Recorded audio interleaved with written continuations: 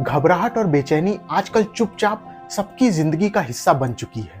हर कोई किसी न किसी वजह से बेचैन और परेशान तो है ही, और कभी कभी ये बेचैनी इतना बढ़ जाती है कि हमें लगने लगता है कि हमारा उस पर कोई वश ही नहीं रह गया है।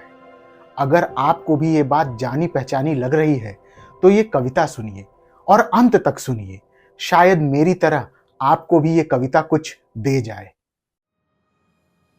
भोर में जन्मा खोखलापन जन्म लेते ही बिलख पड़ा, अपनी बाहें पसारी और विचारों की तरफ लपक पड़ा। जो भी उसके आलिंगन में आया खुद को उसके जैसा ही पाया। एक एक करके वो हर विचार से पार पाता गया। भोर का खोखलापन अपना आकार बढ़ाता गया। न मुझसे कुछ पूछा न ही मुझसे कुछ बोला, मुझे तो नकार गया वो जैसे ही उसने मुंह खोला।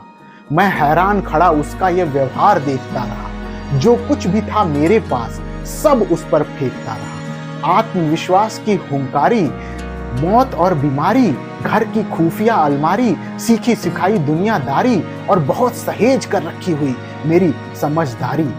पर वो सब कुछ निगलता गया, मेरे हर प्रयास का दंभ वो कुचलता गया।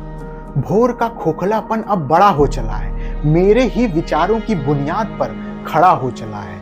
घुप अंधेरे में चीखता वो इधर उधर घूमता है, अपने ही होने की बेचैनी से कांपता और झूमता है। मैं निःशब्द खड़ा ये शोर सुनता हूँ, अपने ही धड़कनों का आक्रामक जोर सुनता हूँ।